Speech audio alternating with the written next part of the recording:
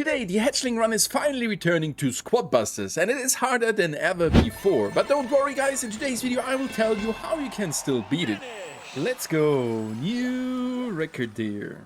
So we're gonna talk about the best abilities to use, the best squaddies to use, and which heroes I can recommend to beat the brand new Hatchling Run 2.0. And as I said, thank you everybody for being here again, really appreciate it. Back at the Hatchling Run, and I can tell you those waves are pretty crazy, especially the last ones.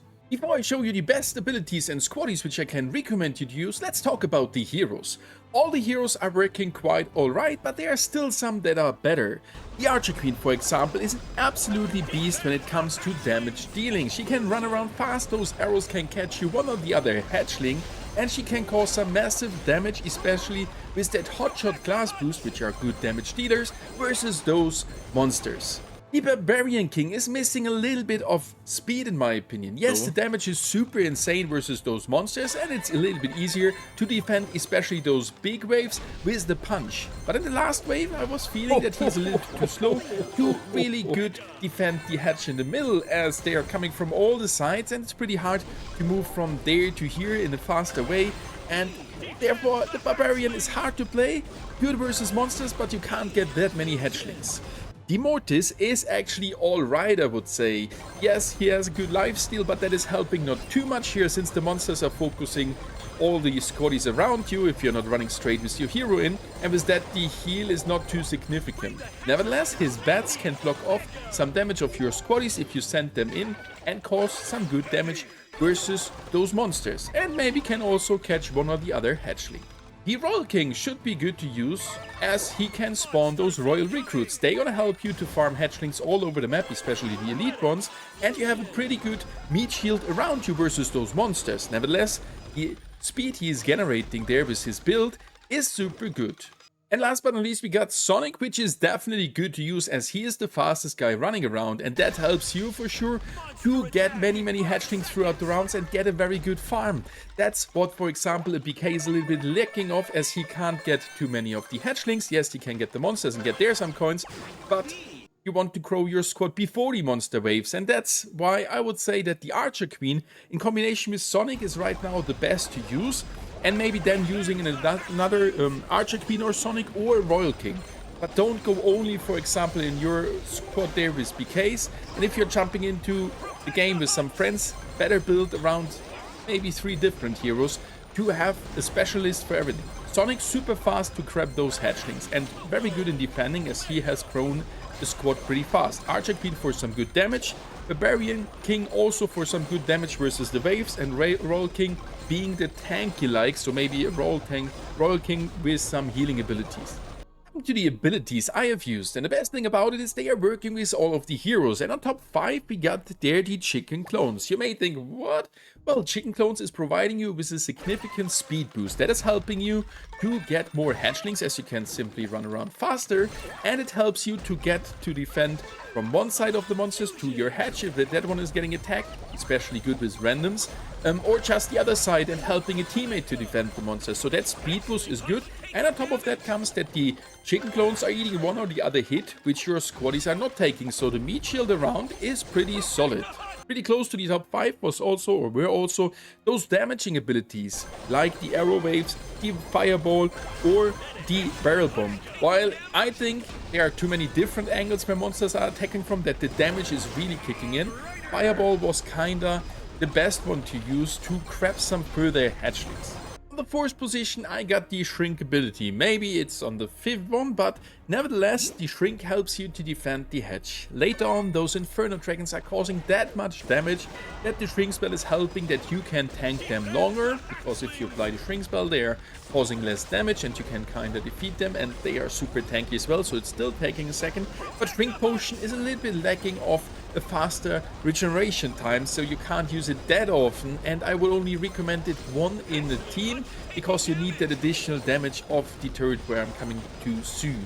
On On third position, I got Blazing Light, as this one is stunning and causing a little bit of damage in a pretty large area. And with that, you can heal up your Squaddies, because that is definitely a point here, and can cause some damage and distract the monsters. Before we are coming to the top 2, if you have enjoyed the video so far, then definitely don't forget to leave a like and subscribe completely for free to not miss any Squad Busters content in the future. The last 2 abilities are featuring the Skeleton Barrel, which is insanely good, and the Giant Turret. These 2 are the best ones to use here by far. They are pretty even, while I would rank that Giant Turret on the top 2. Because the Giant Turret is there tanking a ton of damage versus those monsters and causes a lot of damage versus those monsters, and you need that as they are coming from all the sides and you're only 3 players at the end.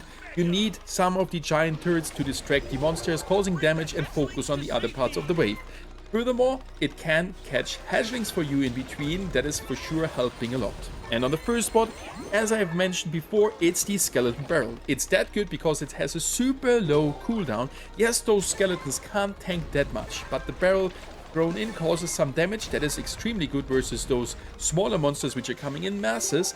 And you can grab there some chickens with it, throwing it onto them. And if you're lucky, the skeletons can move around and grab even further hatchlings. So for me, this is right now the best ability. But nevertheless, there might be some better ones that are out there, or better combinations.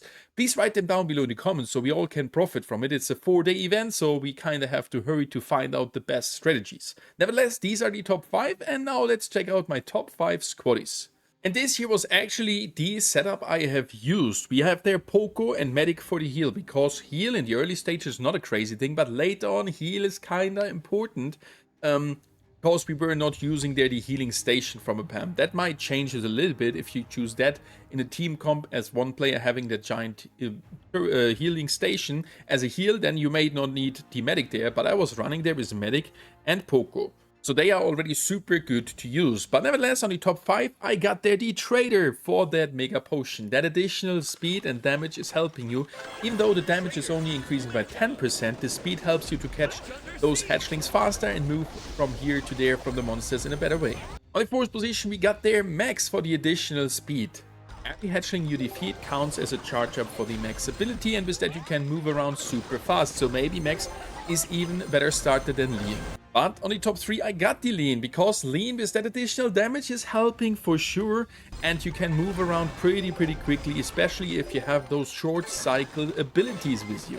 On the top 2, we got a Squaddie that I'm using in the starter setup, and that's the Wizard. The Wizard is helping you to have shorter cooldowns, and that is helping for every setup, since not depending if you go for the Skeleton Barrel, for the healing station, you can use them more often. And especially for the Giant Turret, which has a pretty long cooldown, you can use it, while the other one, if not being attacked, so for farming hatchlings, you can use it another time, and then there will be 2 Giant Turrets for a short period, and that is super helpful.